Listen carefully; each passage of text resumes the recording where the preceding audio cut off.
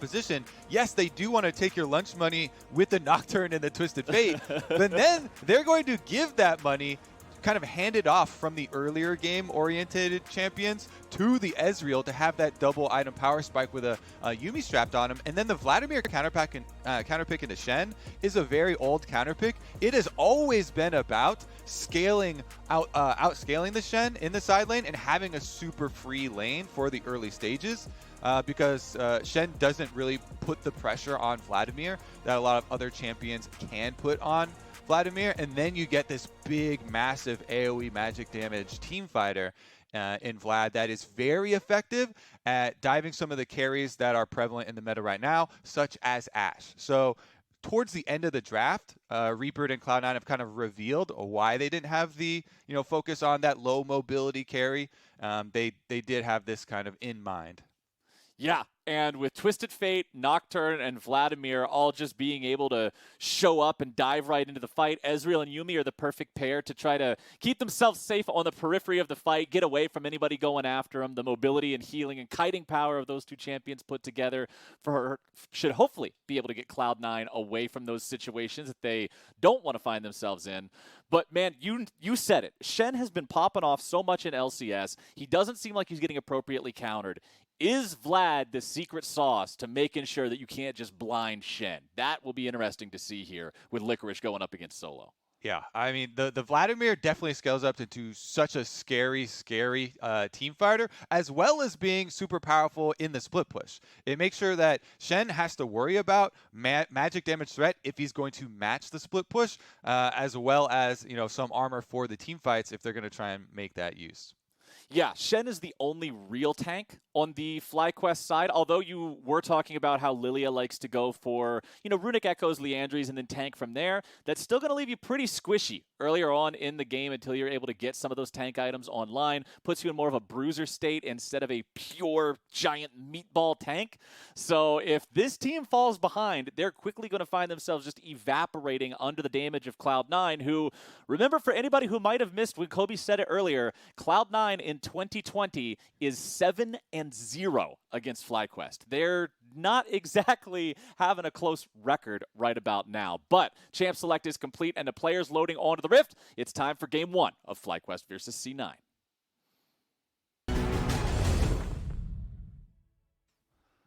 Ladies and gentlemen, we are on the Summoner's Rift for the first time today in this best of 5 between Cloud9 and FlyQuest. In case you missed the memo, with the current playoffs format and way that teams are being sent to Worlds, if you win this best of 5 today, you are guaranteed going to Worlds. There is a lot on the line here in this one. So much. And it's really interesting, too, with the history that these two teams now have. Both players on both sides have come out talking about how difficult it has been. Well, let's take a look at the level 1 versus FlyQuest. Try and collapse on Blaber.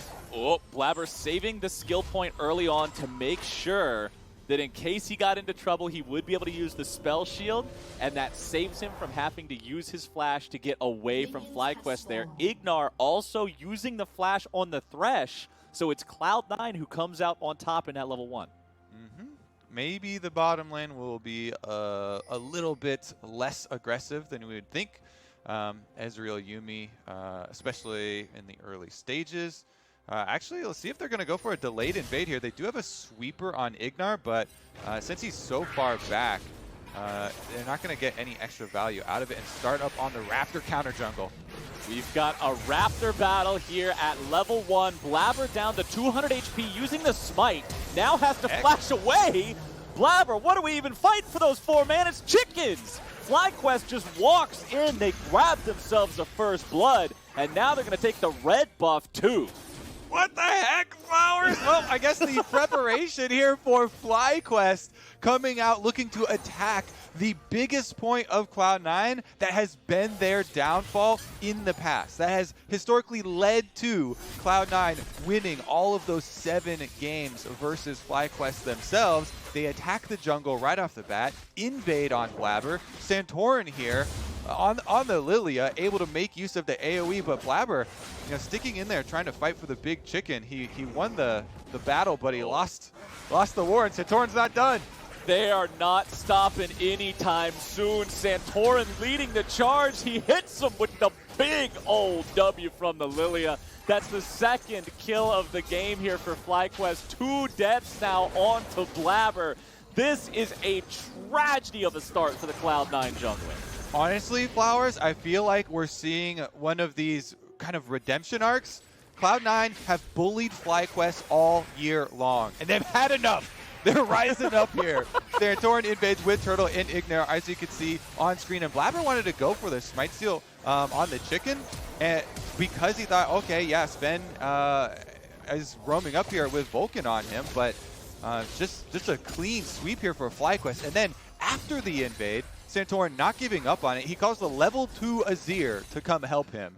And as much as we're talking up in the past, Nisqy has roamed so much for the team, and that has been the big difference maker. This time around, PowerOfEvil going with Santorin to make sure that Santorin can clean up the second kill onto Blaber and counter jungling his blue buff away as well, is going to set themselves up with a huge early game. Yeah, Santorin with double the farm of his opponent, which I mean isn't. I made that purposely sound more impressive than it is. It's 18-9, so it's like 2 camps worth of jungle difference there. But that's still a very, very promising start for the side of FlyQuest for Santorin on this new champion. This is actually my first game ever casting Lillia. I have never done a Lillia game up until this point, and this champion is actually a prime example. I've had people ask me before, Kobe, they say, hey, as a commentator for LCS, do you have to know the names of every ability in the game, or can you call them like, you know, Lillia W or Lillia E? I looked up the ability names of this champion, and her W's name is Watch Out Eep. Yeah, I it's a two-parter. I am not calling it that. I am calling it Lillia W because if I have to yell Eep on the LCS, I don't think I'll ever recover from it. Fair enough. You don't have to do that. I won't call you on it. All right, I appreciate you being on my side. One big thing about it, no matter what you're going to call it, is the sweet spot damage, which we saw him get, out of the vision advantage that they had. IgNar being on screen, though. Let's get into some of the table setting that we wanted to get in for this matchup before we had so much great early action because of the preparation that FlyQuest did coming into it. So much focus on the jungle and mid duo because that has determined a lot of the previous games. But these two supports are actually the two supports with some of the most different stats. IgNar roams the most out of all supports from the LCS, and Vulcan roams the least. He has the most time spent pre-15 minutes with his AD carry with Zven. That's not going to change at all with Yuumi. That time spent with your AD carry just goes through the roof when you're Yuumi. And we already saw here IgNar getting off a roam towards mid, so FlyQuest showing to be very flexible between their lanes already. And I think fluid lanes versus Cloud9 is very important when you can take and transfer some of your aggression and your momentum to help out the rest of your teammates. Right, especially when you look at what made Cloud9 so successful, particularly back in spring and in the first half of summer when there was just nobody in the same ballpark as them. What made them so impressive was how they worked as a team, how everybody was always just working together and making these plays that no other team in North America would. It was one giant brain all playing the same 5 champions, it felt like. So these guys knowing how to work together like that just gave them that huge edge. And FlyQuest being able to respond and play as a team and move as a unit and have that fluidity you're talking about shows great signs of promise for them being able to match C9 in a best of 5. Because as we've already said, the last time they met C9 in a best of 5, it was a 3-0 for the Spring Split Championship. And it very much is a domino effect. Starting with the level win invade, the bottom lane for FlyQuest supporting Santorin in his efforts at the chickens. Yes, it turned out even better than they had hoped because Blaber was pretty greedy and went for the chicken steal and died even after flashing out. So that's the 100% best possible scenario. But now you keep pushing it forward. Because it opens up the rest of the members to roam. You see IgNar going mid to help out PowerOfEvil after he helped out Santorin, but now there's a level 6 Shen, stand united at the ready. And again, this Vladimir matchup into Shen is more about the later stages early on. Vladimir with the longer cooldown on Q, you can't punish the Shen or deal significant real damage at all.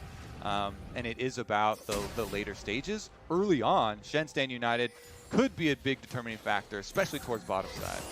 Okay, Lillia's showing up down here. So is Azir. Nice job there on the ultimate as Zven is towered over by 4 people on FlyQuest. They sent the whole crew down to bottom lane.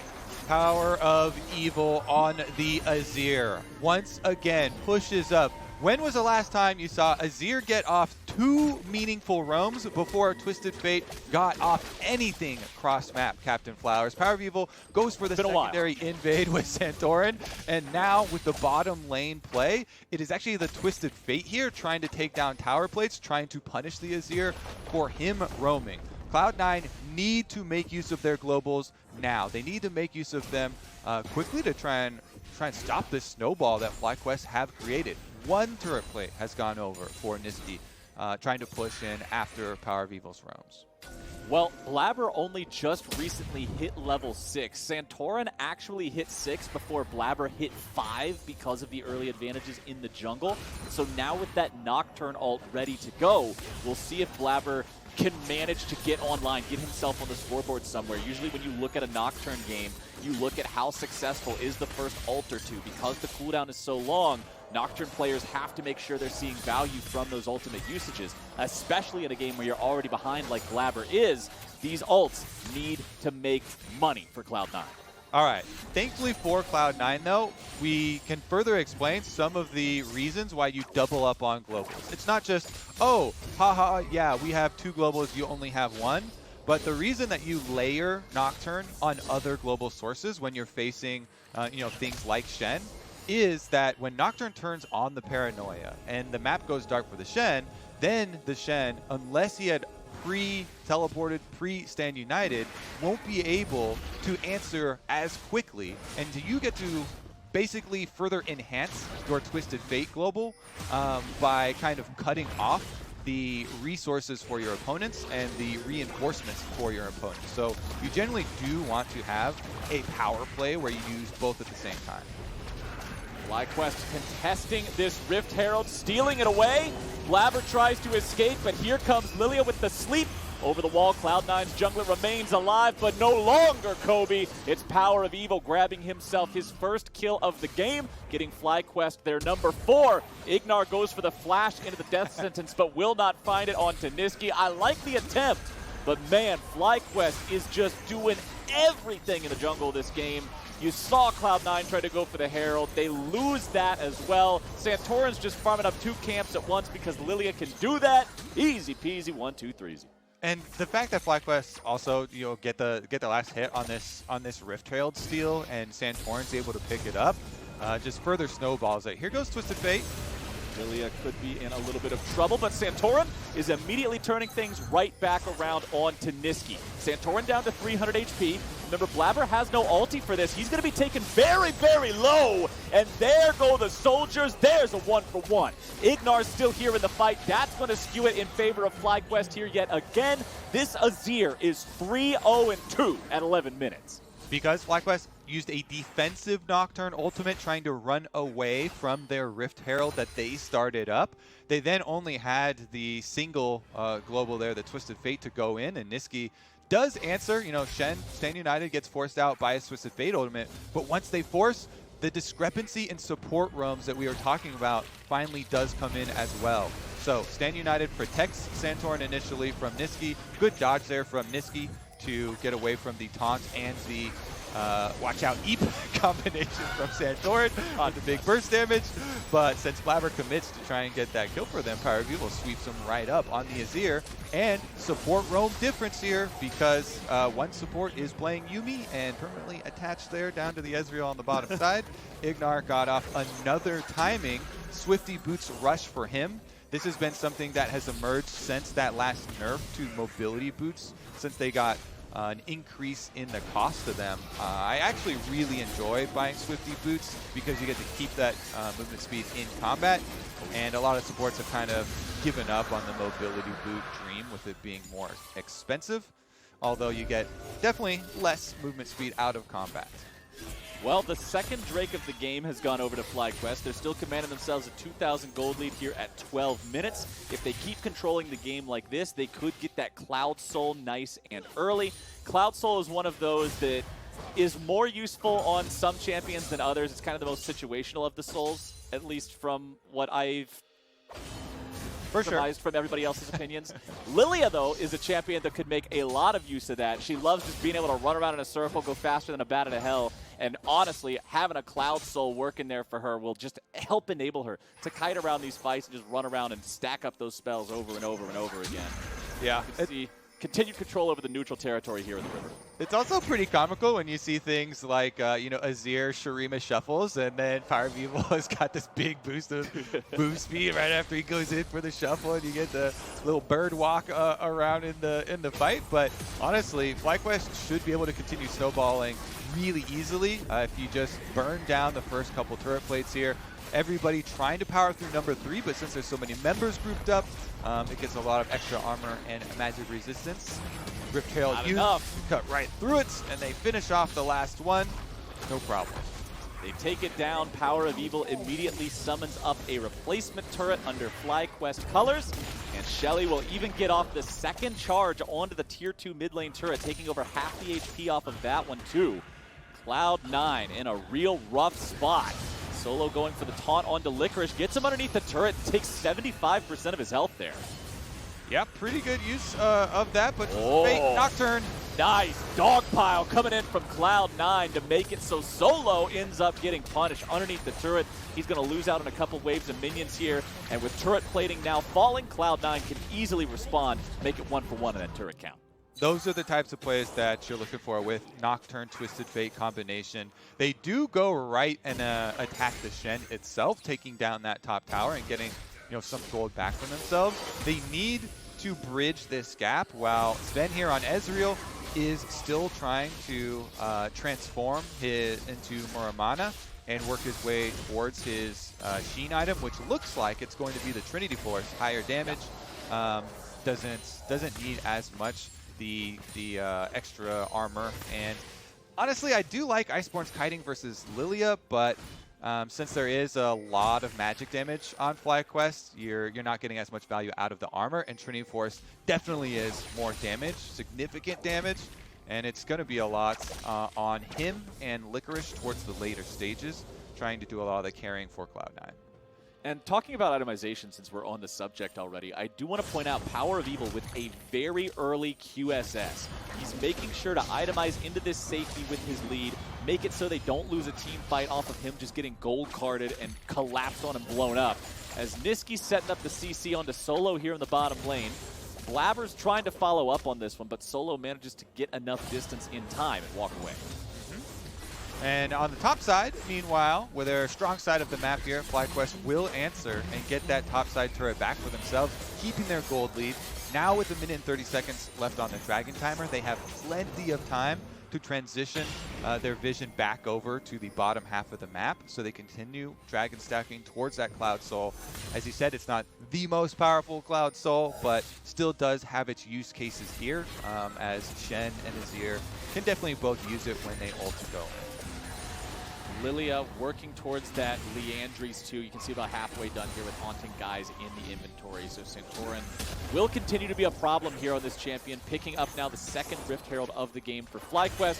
They don't even have to steal it from Cloud9 this time. Easy stuff here in the top half of the river with that collected. 45 seconds until the Drake spawns. When the Drake's about to spawn and you've got Rift Herald in your pocket, you can use that Rift Herald as a distraction if you want to afford yourself more Drake control. And remember that with those first two already under their possession, it means FlyQuest can put themselves at the sole point here with just one more pickup, forcing Cloud9 to answer every Drake after the fact or just give away that soul. And if you look at the setup for it, it should be kind of easy for FlyQuest since they've taken down the mid turret. PowerOfEvil, 30 seconds ahead of time, pushes that minion wave. He has teleport ready, so as IgNar and Santorin move over to get their control wards down in preparation for the arrival of the dragon, he gets off his base, teleports right back with the extra mask here in inventory, trying to keep with maximum power so that there's no possible way for Cloud9 to fight them on this. And honestly, Cloud9 still have a lot of timers to wait on. They're waiting on Trinity Force completion for Ezreal. He finally now does get his Muramana transformation, but they would not want to fight third dragon here. They kind of have to hold off until it's actually soul fight, or even give up the soul in favor of something like Baron control, because they simply don't have the spikes to actually fight off FlyQuest at the moment.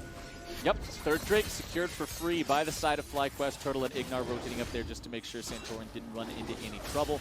Solo will be grabbing his own red buff. Santorin on Lillia doesn't really need it that much. Licorice will move over to contest this. The level 12 Vlad against the level 11 Shen. Vlad's feeling pretty all right in that matchup. We'll use the transfusion to make sure he gets the last hit and walks away with the red buff there from the enemy jungle. Yeah, now is the stage where Vladimir really starts ramping into becoming a problem. So if we continue to watch Licorice's side lane play, he actually does have a pretty big advantage since he's got the favorable matchup here with the scaled Vladimir. Now that he's got a bunch of levels in the champion, but also with the Nocturne Twisted Fate obviously on top of it. Cloud9 are well situated to attack the split push from FlyQuest if they do try and answer. So it's been a really good opening for FlyQuest. Now it's going to be interesting trying to keep track of, can they actually deal with Cloud9's mid-game map control, as Ezreal here, I believe if he channels the recall, then that means he has enough money for his Trinity Force. Cancels it here, so maybe he's looking to farm up a little bit more for his last component.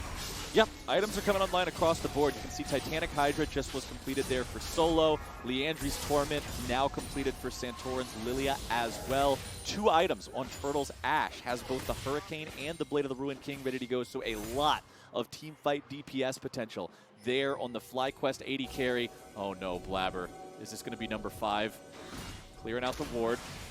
Throws the Duskbringer into the wall. Oh no, the chain CC is there. He goes into the stopwatch trying to stay alive. Flash away into a defensive paranoia. Licorice looking to turn things around, and they've got the kill onto Santorin here to start things off. Licorice getting himself away. Yuumi ult going to keep FlyQuest at bay, but the Sand Soldiers will continue seeking more damage. Cloud9 turn this into a good play for themselves. It's FlyQuest who bite off more than they can chew, and Santorin will pay the price. Yeah, the Yuumi and the Vladimir. Guess what, Flowers? I'm not seeing any executioners or healing cutting yet on the side of FlyQuest. That is a mandate here. You pass 20 minutes and you don't have healing reduction versus the team with Yuumi and Vladimir. That's something that you're going to need to correct very quickly, whether it is Morellonomicon or the Executioner's Calling. Somebody needs to get something quick, and since Executioner's Calling is a lot quicker, that would definitely be the advice. So it's going to be on WildTurtle to pick that up for FlyQuest if they want to be able to secure some of those kills versus these champions that do have so much healing in their kits. In the meantime, now Trinity Force hit for Ezreal. So Zven is at the Muramana Trinity Force spike. They've got Lichbane already here on Nisqy for his split pushing, and they can continue to try and use the threat of Nocturne Paranoia in their attempts to split the map. Vladimir will now take over versus Shen in the side lanes. He can just continue AoE push, spam out his abilities. And once he builds up through Liandry's too, it just becomes so difficult for the Shen. Plus, as we already saw, great team fight presence as well. Yeah, Shen's got a hoodie in terms of magic resistance. That's not going to do a lot against a Vladimir. If I can't see the Vladimir, then it can't do it. It's not the best situation, but as time marches forward, we will see PowerOfEvil manage to use that second Rift Herald there to help him take down the Tier 2 turret in the top lane. It is a 4 turrets to 1 game here for FlyQuest, who have honestly just been racking up the objectives constantly in this first match, and it's under 1 minute until that Drake spawns. This is Cloud's soul if FlyQuest get it. And just, we have a few seconds now to look back at how they got here. It was all about FlyQuest's preparation coming into this map. You know, coming out with the level 1 delayed invade, getting the early kill onto Blaber, and then Santorin recognizing and calling over PowerOfEvil to keep up that invade. and the mobility here for the team, for FlyQuest, that's what caused them to rack up this immense dragon control that's setting themselves up for the very early soul here. Only 22 minutes in. They've got full vision control set up over the area, so trying to force Cloud9 to come to them and not allowing Cloud9 to use some of their greatest strengths with this composition. Interesting second item purchase here from Blaber. Goes for the Guardian Angel. First item after Warrior. Not the most common thing to see. Usually Guardian Angel's a third item at the earliest type of purchase, but Blaber, recognizing that FlyQuest is really trying to focus him pretty hard this game, also wants to be able to jump in there with the paranoia and not just immediately get killed. Speaking of which, the ulti is cast.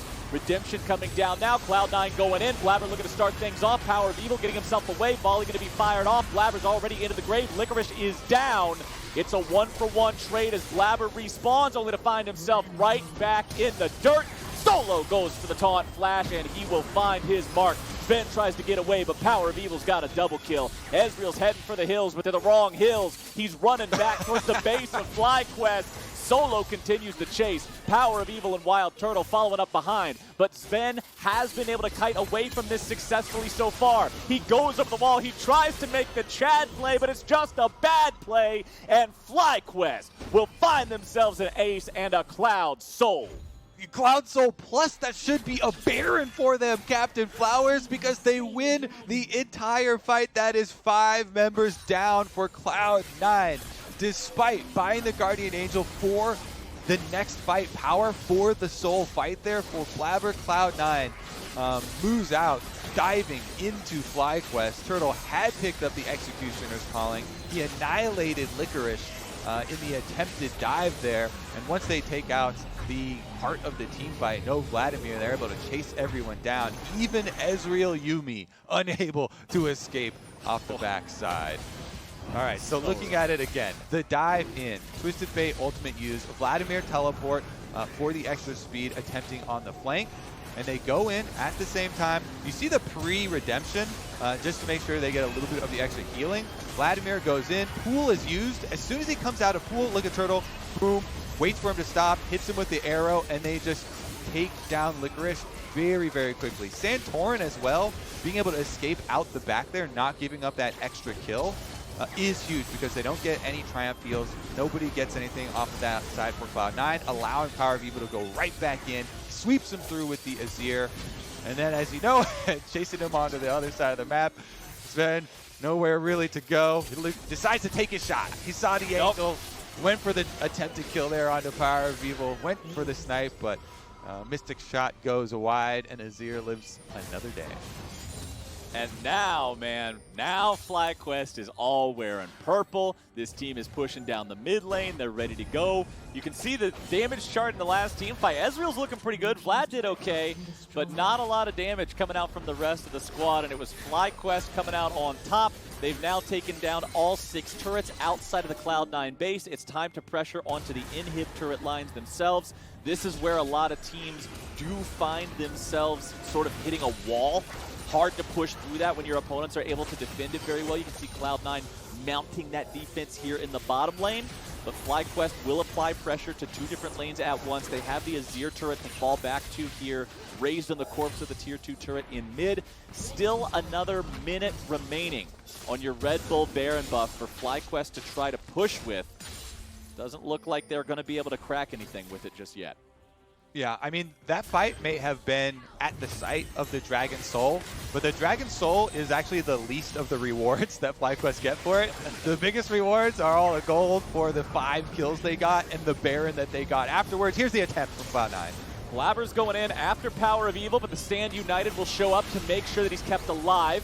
Yuumi ulti also goes through. Licorice going in now, dropping down that ulti, but PowerOfEvil is going to be pulled to safety, barely going to be kept alive. Turtle goes on a rampage, and Blaber goes right back into the fountain yet again, like it or not. Santorin making sure that he's in the middle of these fights here on the Lillia, stirring up all kinds of trouble with those blooming blows. That one is a fun name to say. I do enjoy that. But man, what's not fun right now is Cloud9's state on the map. They have lost 2 inhibitor turrets. Inhibitors are now vulnerable with FlyQuest pushing up. Things are going from bad to worse, my friend. Yeah, Santorin making a really good case for himself here. I know there's so much discussion about first team all-pro jungler from the regular splits. And this time around, you know, number 2 versus number 1 with such a dominating team performance here, looking very good. Just the coordination that FlyQuest have shown in this series, you know, shows how much work they've put into trying to face Cloud9, because again, we keep on stating the history between these two teams this year has been overwhelmingly on the side of Cloud9, even from the mouths of the players themselves. After their last series, Solo said he thought that Cloud9 were the best team in the LCS. So clearly, they put in the extra work to try and attack, you know, one of their biggest downfalls.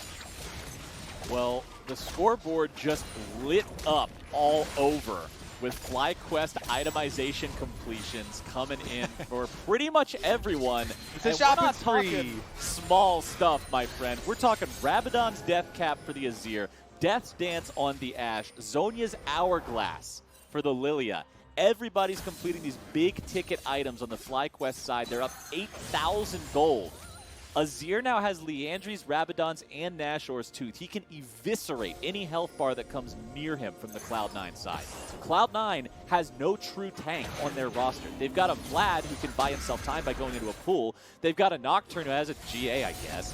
But there's nobody on this team who survives standing in those Sand Soldiers and eating the auto attacks from Turtle at the same time. Yeah, I mean, at this point, FlyQuest just with the overwhelming item advantage due to the giant gold lead they have. And if you look at Turtle's build, even the Ashe, one of the few points on the team that Cloud9 would try and dive and try and attack. He's got the Death Dance in addition, you know, to all of the healing that he's going to get just from standing and autoing with Bork, Death Dance, and the Hurricane. Basically is trying to lifesteal tank with the extra safety of, you know, shields from Shen and Thresh. Cloud9, they've got to, you know, pick their moment very wisely here as PowerOfEvil, while he's on the front, he does have that QSS that you mentioned. Arrow does land. Paranoia used defensively to make sure FlyQuest don't follow up on that potential pick.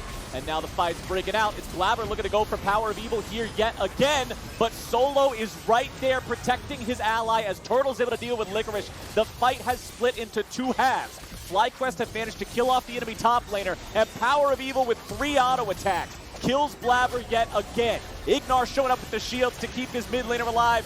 Try as they might, Cloud9 will never kill PowerOfEvil, and FlyQuest will run down the remaining players on the Cloud9 side. They'll smack the Ezreal, they'll bop that loop pinata Yuumi that popped on out of them, and now they're marching towards the Nexus turrets.